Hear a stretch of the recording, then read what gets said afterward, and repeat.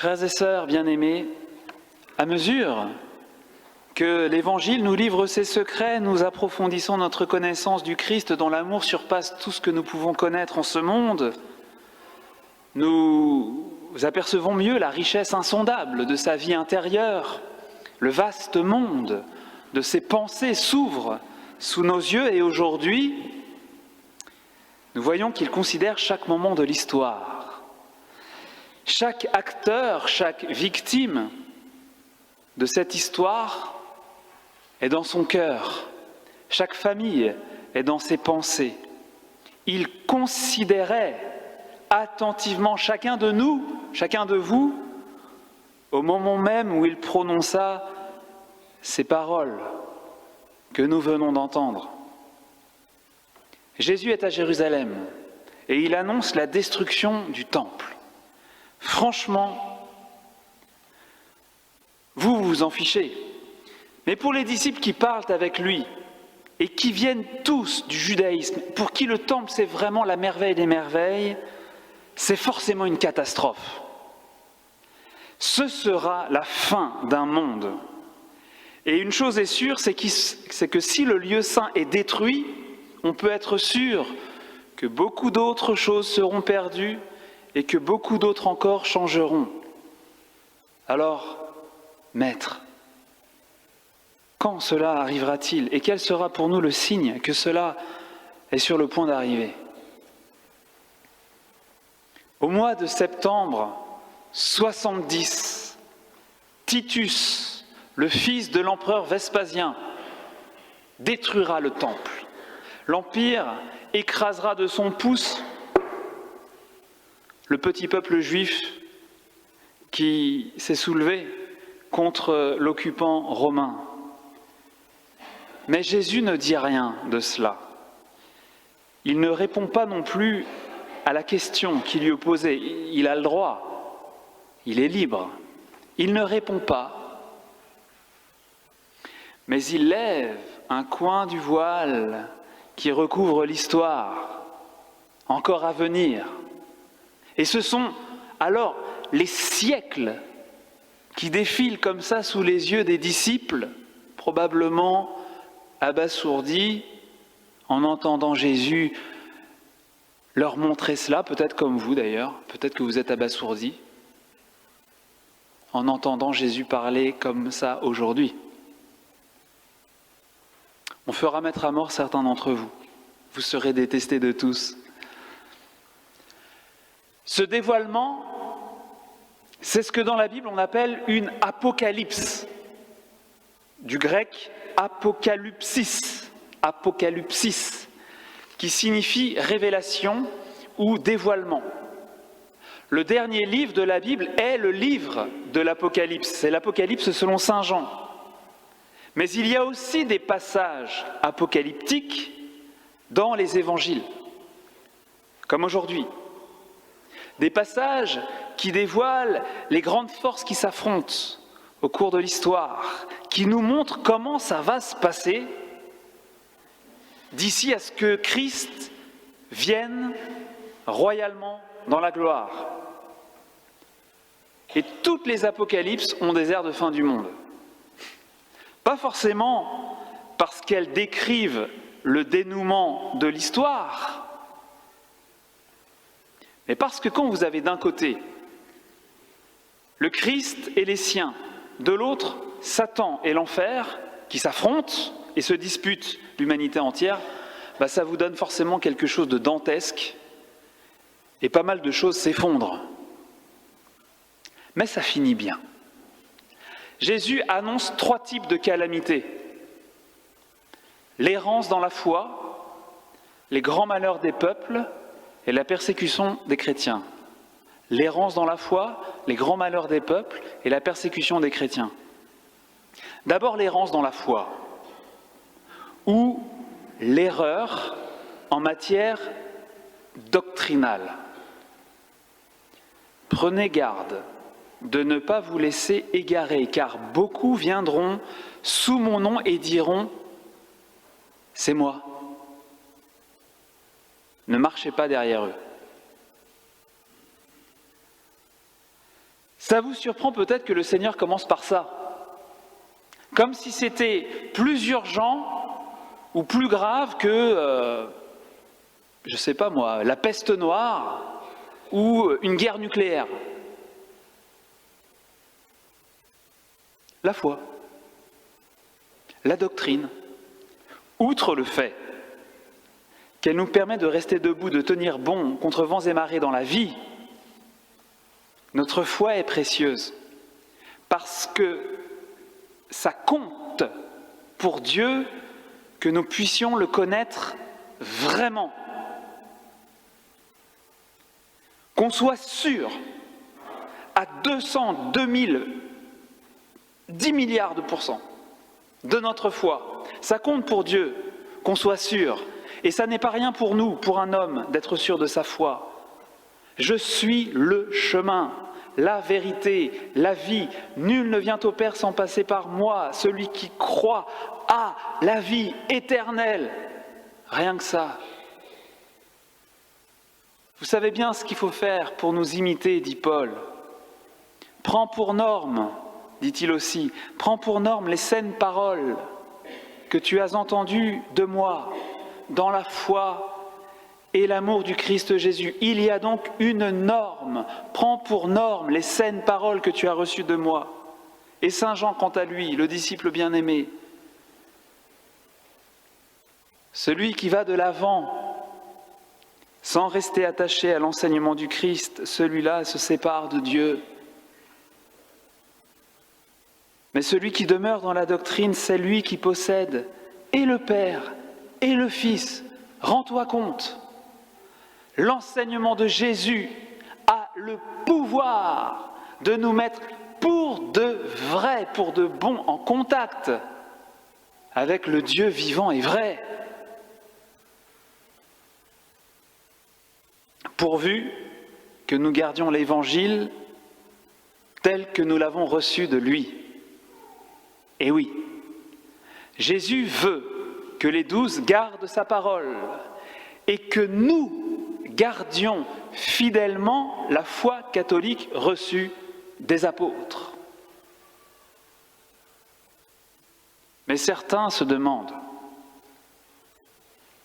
est-ce que l'Église, à travers les siècles, n'a pas quand même un petit peu traficoté les textes pour accroître son emprise sur les âmes, pour en tirer du profit? Nous a-t-elle transmis dans toute sa pureté ce que Jésus a fait et enseigné? Mes amis, croyez-vous en Dieu? Croyez-vous que ce qu'il a promis, Dieu est capable ensuite de l'accomplir, parce qu'il est assez puissant pour le faire? Est-ce que tout ce que Dieu a promis, il est assez puissant ensuite pour l'accomplir? Ou est-ce qu'il promet comme ça?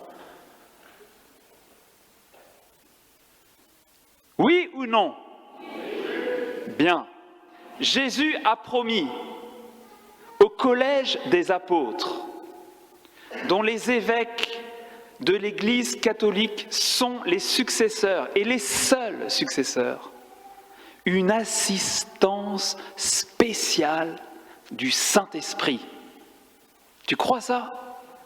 Quand il viendra, lui, l'Esprit de vérité, il vous introduira dans la vérité tout entière. Vous avez la réponse aux deux questions. Est-ce que l'Église nous a-t-elle transmis la vérité tout entière?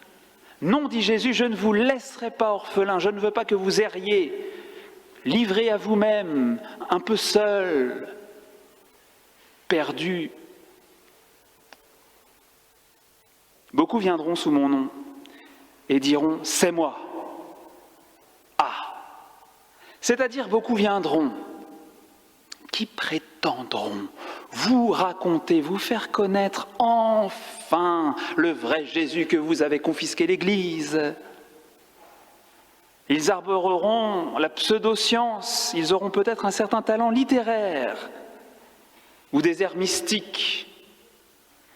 Mais ce ne sera pas moi. Oui, ce ne sera pas moi. Ils vous annonceront un Jésus qui n'est ni celui des apôtres, ni celui des évangiles, ni celui que les saints, que les fidèles ont aimé depuis 2000 ans, un Jésus qui n'est pas Jésus. Au dire de Jésus, les suivre, ce serait s'égarer. Alors pourquoi les croirions-nous ?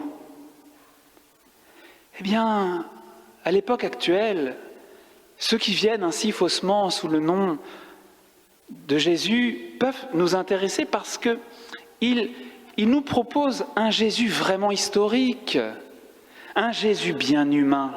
Ah, ça fait tellement de bien de voir combien Jésus est un homme comme nous.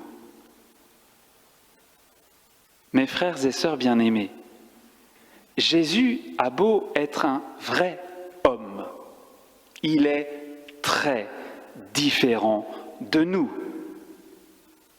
Pourquoi ? Parce qu'il est vrai homme et vrai Dieu, ce qui n'est pas en détail. Parce qu'il est plus homme que nous, que le mal abîme, endommage. Un homme qui ne peut pas se tromper. Un homme qui ne se laisse jamais dépasser par ses émotions. Un homme totalement libre. Un homme qui fait toujours ce qu'il y a de mieux. Un homme qui non seulement ne veut pas pécher, mais qui ne le peut même pas. C'est un peu autre chose quand même. Et surtout, Jésus, cet homme, n'est pas une personne humaine. Jésus n'est pas une personne humaine. C'est le seul homme qui n'est pas une personne humaine, c'est une personne divine. C'est le Verbe, le Fils de Dieu, né du Père avant tous les siècles. Si vous voulez un Jésus qui soit tout à fait comme nous, tout ce que vous aurez, c'est un pécheur comme les autres, ni plus ni moins. Alors, l'Évangile, selon, par exemple, avec tout le respect que je lui dois, et ils sont nombreux comme ça, l'Évangile selon Amélie Nothomb et d'autres, cet Évangile n'existe pas, mes amis. Son Jésus est un Jésus que Jésus n'aime pas. C'est simple. C'est un Jésus que Jésus n'aime pas. S'il est singulier, ce Jésus n'en demeure pas moins seulement un homme. Et cet homme-là n'est même pas un saint. Il n'a rien d'un saint. Et encore moins d'un Dieu. D'ailleurs, cet homme n'a jamais existé. Quelle confusion, mes amis! Jésus redoute cette confusion qui peut égarer. Ne marchez pas derrière eux. Si vous avez une autre interprétation des passages que Jésus vient de... vous me les donnerez. Viennent ensuite les calamités qui nous impressionnent peut-être le plus, davantage, mais que la foi dans son intégrité nous permet d'affronter, de traverser les grands malheurs des peuples, guerre et désordre. On se dressera nation contre nation, royaume contre royaume, il y aura des famines et des épidémies, il y aura des blessés, il y aura des morts, d'âge en âge et jusqu'à la fin. Jésus voit tout. Et Jésus qui voit tout a aussi connu ceux et celles qui iraient pour lui, ceux qui iraient en son nom pour de vrai, ceux qu'il enverrait, ceux qu'il susciterait pour faire face, ceux et celles qui viendraient à la rescousse pour consoler, soigner, guérir, absoudre, réconcilier, libérer, instruire, nourrir, exhorter, construire. Hommes et femmes, jeunes et vieux, petits et grands, mariés, célibataires, consacrés, prêtres et religieux, les rois, les reines et les petites gens, les gens illustres et puis les soldats inconnus, les laïcs, les religieux, l'innombrable foule de la Toussaint. Au milieu du carnage, au milieu des malheurs des peuples, on est là, on a toujours été là. Les États laïcs et laïcards qu'on connaît sont juchés sur une montagne de justice et d'amour qui n'est pas leur œuvre, mais celle des nôtres. Ils se félicitent d'une civilisation lumineuse, éclairée, humaniste et caritative qu'ils n'ont pas bâtie. À travers les siècles, c'est l'œuvre des disciples du Christ, formidables ou ordinaires. On nous accuse de tout, on nous déteste. Jésus nous a prévenus. On nous accuse de tous les maux. La vérité, c'est que depuis le commencement, depuis Jésus, les chrétiens ont donné leur vie au milieu des malheurs des temps. Ils ont donné leur vie pour leurs frères et ils continueront. Regardez, de plus en plus, on nous accuse encore. On accuse la tradition judéo-chrétienne, ça me fait rire, vaut mieux en rire qu'en pleurer. On accuse la tradition judéo-chrétienne d'avoir causé le désastre écologique où nous sommes plongés. Bah oui, en raison de la suprématie de l'homme clairement affirmée par la Bible dans la création, l'homme est supérieur à l'animal. J'insiste, c'est vrai. Mais au nom de cette suprématie de l'homme, l'humanité se serait crue en droit de torpiller la planète, de massacrer le vivant. Ce serait la faute des chrétiens et des juifs avant eux, si on en est là. C'est archi faux. C'est précisément à partir du moment où est apparue la modernité et la sécularisation qui l'accompagne, la déchristianisation, c'est alors qu'on a commencé à user différemment de la nature. Non plus sa culture, mais sa domination, son pillage, sa maltraitance, jusqu'à sa modification intime, fission nucléaire, sélection, manipulation génétique, en un mot, destruction, avec son terrible cortège de phénomènes effrayants et de phénomènes venus du ciel qui sont peut-être ceux dont parle Jésus. Devant cette calamité, nous donnerons encore notre vie pour nos frères. Nous ne nous laisserons pas posséder par ce que ce brave Nicolas Hulot a appelé le syndrome du Titanic. Vous savez, c'est ce qui se passe quand on consiste à faire comme si de rien n'était alors que la coque du navire est éventrée et que la mer est gelée. Troisième calamité sur laquelle je n'ai pas le temps de m'attarder, la persécution des chrétiens. La vôtre ? La persécution des chrétiens, la persécution qui a commencé bien avant le sac de Jérusalem par Titus, elle a commencé du vivant même de Jésus. Avant tout cela, dit-il, avant la ruine du temple, on portera la main sur vous et on vous persécutera, vous serez détestés de tous à cause de mon nom jusqu'à la fin des temps. Ce sera comme ça. Jésus voit ses brebis tondues, muettes, conduites à l'abattoir.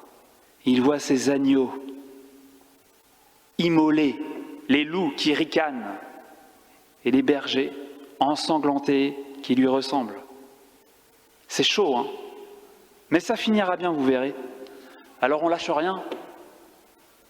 Voici que je suis avec vous tous les jours jusqu'à la fin des temps. Amen.